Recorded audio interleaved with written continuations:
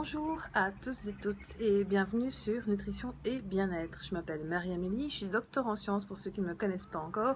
Je suis également nutritionniste, diplômée en nutrithérapie et coach bien-être, coach de vie. Aujourd'hui, je voulais vous faire une vidéo sur un organe qui est parfois délaissé parmi tous les autres, c'est le foie.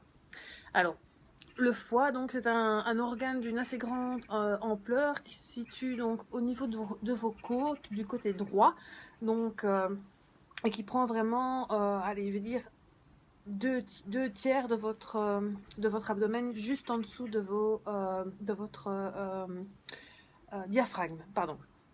Alors, le foie est un organe extrêmement important du corps puisque c'est l'organe de détoxication par excellence. C'est également l'organe qui va vous aider à métaboliser les graisses que vous ingérez au cours du temps, qui va également vous permettre de stocker les différents taux de glycémie beaucoup trop élevés en graisse à l'intérieur du corps.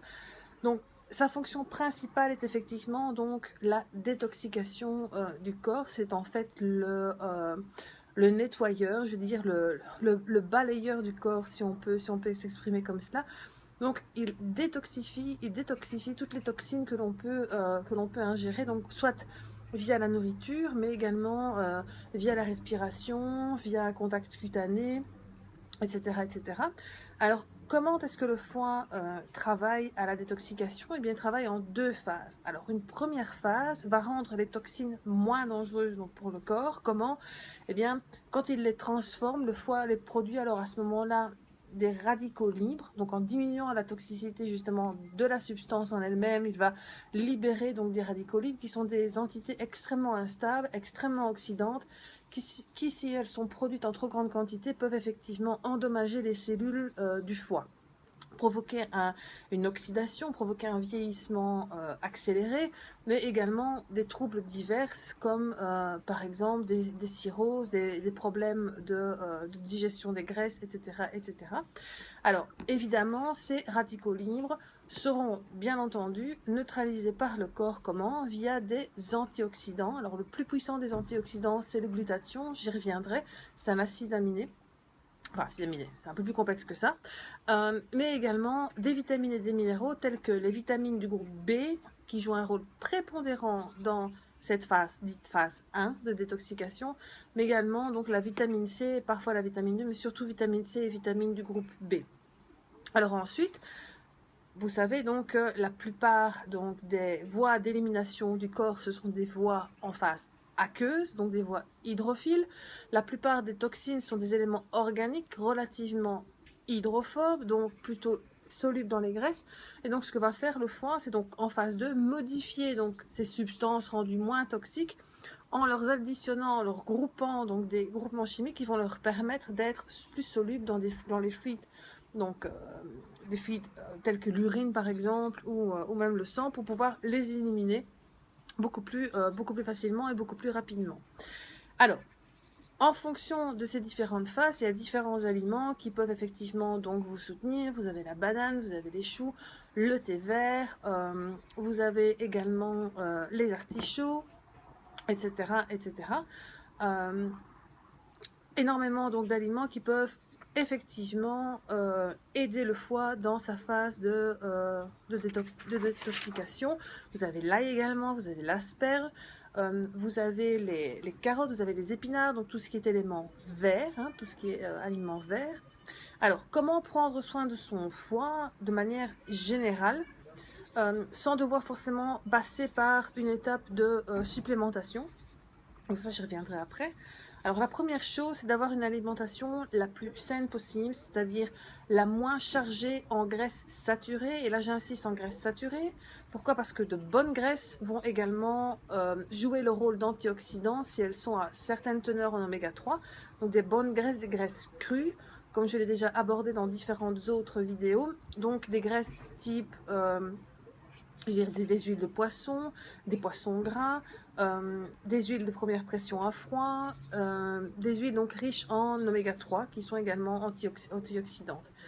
Donc, quand je parle de ne pas manger trop de graisse dans le foie, c'est tout ce qui est donc aliments fruits, aliments industriels, chocolat industrialisé, les barres style Bounty, etc. etc. Euh, donc, avoir donc des viandes riches en graisses saturées, peu naturelles. Je ne voudrais pas diaboliser les graisses saturées comme par exemple l'huile de coco ou certaines autres huiles qui sont extrêmement bonnes pour la santé, mais quand on parle de graisses saturées bonnes pour la santé, ce sont vraiment des graisses vierges. Alors je ferai une vidéo sur les différents types de graisses, surtout pour dédiaboliser complètement la peur qu'on pourrait avoir du gras, parce que c'est vraiment pas une peur qui se justifie au niveau santé.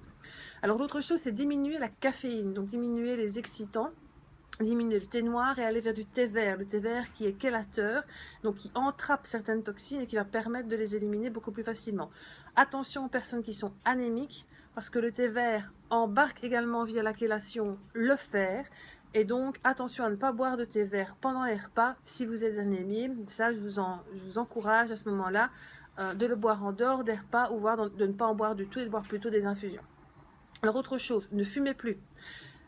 Essayez d'arrêter de fumer parce que les fumées de cigarettes sont des toxines qui rentrent effectivement par la voie respiratoire au niveau du corps et ces toxines sont également gérées par le foie. Essayez également d'utiliser des produits d'entretien qui sont les plus naturels possibles. Retournez vers un savon de Marseille par exemple, des cosmétiques avec le moins d'additifs possible, des cosmétiques naturels. Alors au niveau des cosmétiques, il y a quand même aussi une nuance à faire parce que l'industrie des cosmétiques est hautement réglée, hautement réglementée. Mais effectivement, si vous pouvez à la limite même faire vos cosmétiques vous-même, vous savez exactement ce que vous mettez dedans et en général vous avez des formules qui sont beaucoup plus simples et donc beaucoup plus faciles à gérer pour votre foie. Le stress joue également un rôle extrêmement important, la gestion des émotions et surtout la colère. Le foie est vraiment l'organe de la colère refoulée. Donc n'hésitez pas à exprimer vos émotions, vos sentiments. Bien entendu, en n'attaquant pas forcément la personne qui est en face de vous, mais toujours est-il en ne retenant pas les choses et en essayant d'être le plus sincère possible aussi vis-à-vis de vous-même et également vis-à-vis des autres personnes. Alors, ce qui peut vous aider également à prendre soin de votre foie, c'est boire énormément d'eau. Enfin, quand je dis énormément, c'est une quantité raisonnable, évidemment, entre 1,5 et 2 litres d'eau par jour, parce qu'il va permettre, cette eau va permettre effectivement de lâcher, d'embarquer les toxines, de les éliminer, et donc d'aider le foie à, bien sûr, correctement travailler. Alors, manger léger le soir. Il faut savoir que la détoxication a lieu la nuit. Le foie donc travaille énormément à ce moment-là et donc si vous faites des petits repas mais plus légers, riches en légumes, en protéines, je veux dire facilement digérables, à ce moment-là vous allégez votre digestion et vous permettez au foie de faire le travail plus facilement, si je peux m'exprimer comme cela. Alors, autre chose aussi à éviter pour prendre soin de votre foie, voilà, c'est vraiment rentrer dans l'image populaire, c'est l'alcool. L'alcool est extrêmement délétère pour votre foie. D'ailleurs, hein, ça, je veux dire, la plupart des gens savent qu'une consommation excessive d'alcool de manière quotidienne entraîne la cirrhose du foie. Donc la saturation complètement de cette voie de détoxication. Donc vraiment, prenez soin de votre foie à ce niveau-là, réduisez votre consommation d'alcool, allez plutôt vers des vins rouges, à la limite bio, mais des vins rouges de bonne qualité en vous limitant à 15 centilitres par jour. Déjà ça, pour moi, c'est vraiment excessif.